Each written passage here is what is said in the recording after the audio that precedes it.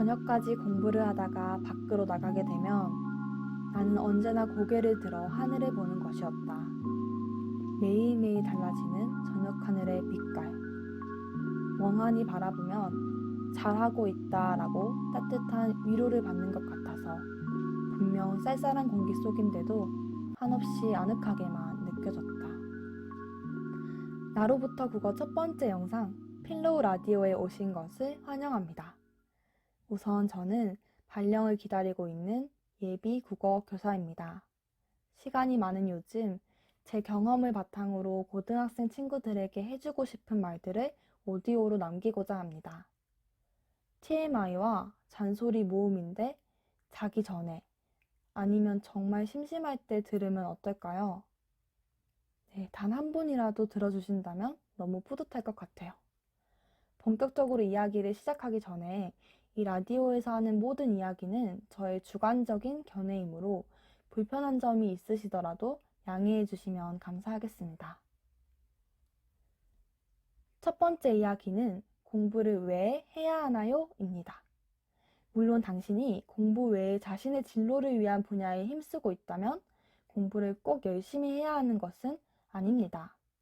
진로를 위해 학교 공부 외에도 개인적으로 열심히 노력하는 친구들을 늘 응원하고 있어요.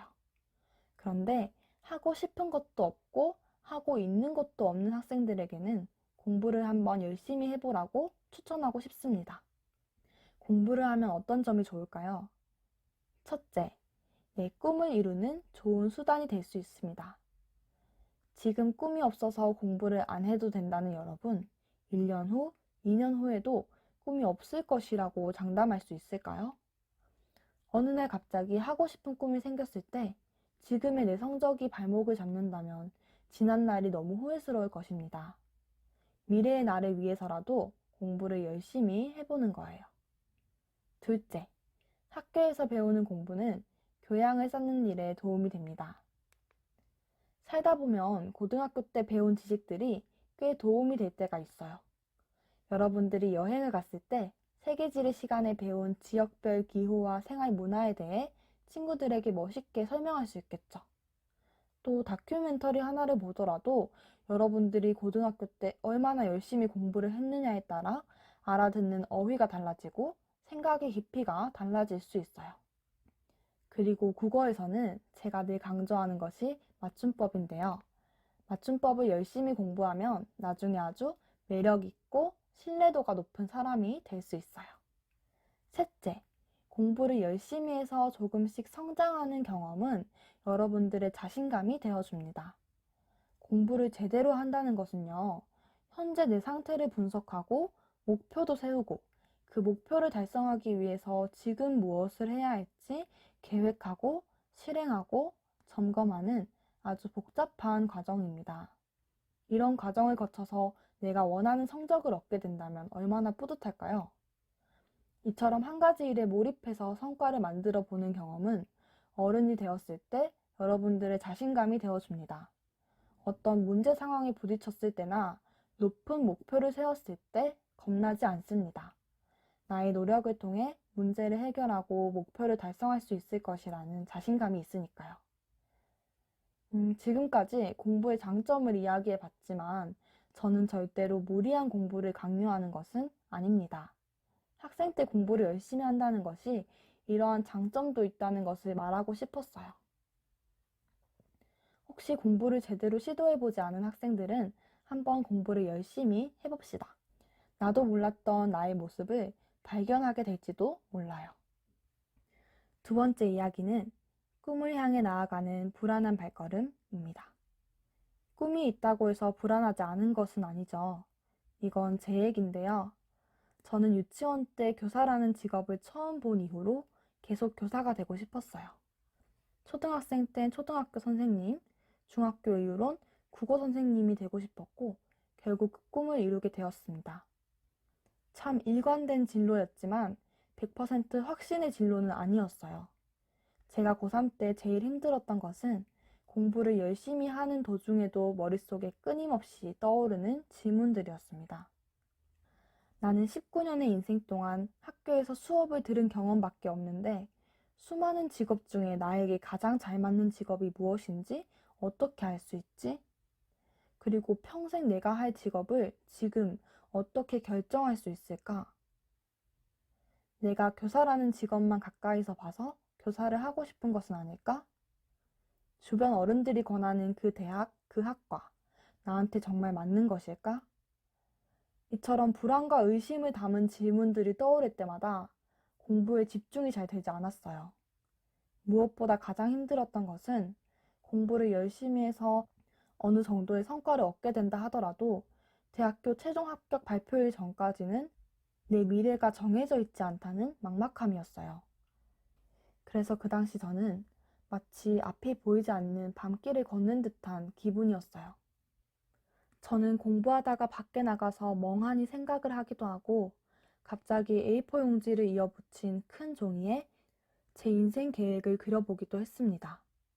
이 학과를 간다면? 저 학과를 간다면? 어떤 선택이 옳지? 그런데 그렇게 고민을 해도 답은 나오지 않았습니다. 가보지 않은 길이라 불안한 것인데 앉은 자리에서 고민한다고 답이 나올 리 없었죠. 지금 생각해보면 꼭 고3만이 불안한 것은 아닌 것 같아요. 어차피 우리 인생은 매일매일이 처음이고 앞날을 알 수 없는 것은 대학을 가도 취직을 해도 똑같더라고요. 가장 중요한 것은 앞날은 알 수 없는 것이 당연하고 불안한 감정 역시 자연스러운 것임을 인정하는 것입니다. 그리고 가까운 미래를 바라보면서 지금 내가 해야 할 일에 집중하는 것이죠. 불안에 대해 조금 더 이야기해 볼까요? 불안은 크게 두 가지로 나눌 수 있어요. 운에 대한 불안과 실력에 대한 불안이죠. 운에 대한 불안은 시험 당일날 나의 컨디션, 문제 스타일, 출제 영역 등 내가 바꿀 수 없는 영역에 대한 불안이에요. 반면 실력에 대한 불안은 실력을 쌓음으로써 충분히 극복할 수 있어요. 실력은 노력과 결과의 합인데요. 여기서 결과는 공부를 열심히 한다고 해도 바로바로 드러나지는 않을 수 있어요. 그래서 우리는 자신의 노력을 잘 점검해야 합니다. 이때 필요한 것이 플래너 작성이에요. 내가 원하는 목표를 달성하기 위해서 오늘 해야 할 공부를 계획하고 잘 실천했는지 자기 전에 체크합니다. 이때 짧은 소감을 쓰거나 상중하로 오늘의 공부를 평가하는 것도 좋아요. 사람은 참 간사해서 하루 종일 놀고 자기 전에 1시간만 열심히 공부해도 잠들 때 뿌듯합니다. 오늘 진짜 불태웠다 이러면서. 그래서 객관적인 증거 자료가 필요합니다. 막상 플래너로 점검해보면 내 생각보다 공부를 열심히 했을 수도 있고 생각보다 되게 안 했을 수도 있어요. 구체적인 공부 방법에 대해서는 더 할 말이 많지만 여기서 줄이고 어쨌든 매일 꾸준히 하는 공부가 쌓이면 그게 바로 자신감이 됩니다. 자신감이 생기면 불안은 감소하겠죠. 내가 이렇게 열심히 공부했는데 당연히 좋은 결과가 나올 거야. 이런 생각이 듭니다. 잊지 마세요. 근거를 먼저 만들어야 자신감이 따라옵니다. 요약하자면 앞날이 불안할 때는 잘 될 거야. 또는 그때 가서 생각하자라고 대충 던져두고 오늘 할 공부를 열심히 하자입니다.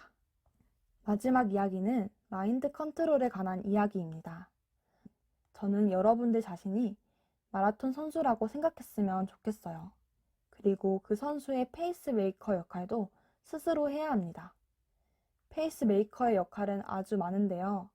긴 기간 동안 지치지 않고 결국엔 완주하기 위해서 공부 방법, 감정, 체력, 이 세 부분을 모두 잘 챙겨줘야 합니다. 공부 방법은 당연히 계속 점검해야 됩니다. 모의고사나 내신 시험을 치고 나서 내 약점 분석을 꼭 하고 그 약점을 바탕으로 공부 방법을 수정해 나가야 합니다. 그러면 성적 엄청 빨리 올라요. 감정 관리도 굉장히 중요합니다. 수험 생활을 하다 보면 다른 사람들도 자꾸 나를 평가하는데 나도 나를 평가하고 자책하게 돼요. 내가 지금 놀 자격이 있나? 난 왜 이렇게 의지가 약하지? 물론 적당한 자기 검열은 자극이 될 수 있지만 내가 우울할 정도라면 그것은 스스로를 괴롭히는 일이겠죠. 못했을 때만 자책하지 말고 작은 것이라도 잘했을 때 나를 칭찬해주세요. 그런 거 있잖아요. 야자 끝나고 집에 가서 딱 씻고 거울 보면서 와, 나 진짜 멋있다. 어떻게 한 달 동안 야자를 한 번도 안 빠질까? 어떻게 야자 시간 동안 딴짓 한 번도 안 하고 공부를 열심히 했지? 진짜 멋있다. 이렇게 내 얼굴 보고 3번씩은 외쳐줘야 되거든요. 네. 그리고 또 친구들, 가족, 선생님 등 주변 사람들과 많은 이야기를 나누면서 공감대도 형성하고 내 감정을 잘 보살펴 주세요. 여러분들은 정말 소중한 사람이고 행복할 자격이 충분한데 공부를 하다 보면 가끔 그런 중요한 사실들을 잊어버릴 수 있어요. 또 일기를 쓰거나 좋은 취미를 가지는 것도 감정 관리에 도움이 됩니다. 마지막으로 체력 관리인데요. 굉장히 중요해요. 여러분은 혹시 마라톤 경기 해설을 본 적이 있나요? 처음에 땅 하고 시작했을 때 해설사가 하신 말씀이 기억에 남습니다. 초반에 너무 빠른 속도로 달리면 결국에 완주 시점은 더욱 늦어진다고 해요. 에너지를 처음에 너무 많이 써버리기 때문이죠. 저는 개인적으로 벼락치기에 특화된 사람인데요.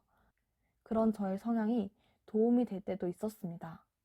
긴 수험 생활 중에서 시험이 다가올수록 조금 더 열심히 하게 되더라고요. 물론 벼락치기가 좋다는 것은 아니지만 가장 중요한 시기에 전속력으로 달릴 체력은 남겨두자는 것이죠. 저는 고3 때 꼭 지켰던 것이 잠을 충분히 자는 것이었어요. 잠을 엄청 자지 않으면 다음날 수업에 집중이 안 되더라고요. 그 대신 시험 직전에만 잠을 줄이고 공부를 열심히 했습니다. 가끔 학생들 보면 밤을 며칠씩 새우거나 3시간, 4시간 이렇게 충분치 못한 수면 시간을 유지하는 친구들을 보고 되게 마음이 아플 때가 많아요. 우리는 긴 기간을 달려야 한다는 것을 잊지 말고 내가 최상의 컨디션으로 공부할 수 있는 적정 수면 시간을 찾았으면 좋겠어요.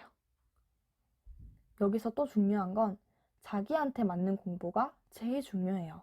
다른 친구들이 몇 시간을 자든 어떻게 공부를 하든 내가 최상의 컨디션으로 끝까지 달릴 수 있는 공부 방법, 생활 패턴을 얼른 찾아야 됩니다. 아직 어린 나이에 공부를 열심히 해야 하고 나를 채찍질해야 하고 알 수 없는 미래에 흔들리는 여러분들이 조금이나마 이 시기를 슬기롭게 보냈으면 좋겠습니다. 힘들어도 보람차고 불안해도 희망을 잃지 않는 굉장히 길고 재미없는 이야기였죠. 혹시 끝까지 들은 사람이 있을까요? 언제 또 영상을 만들지는 모르겠어서 그냥 이것저것 이야기해 봤습니다.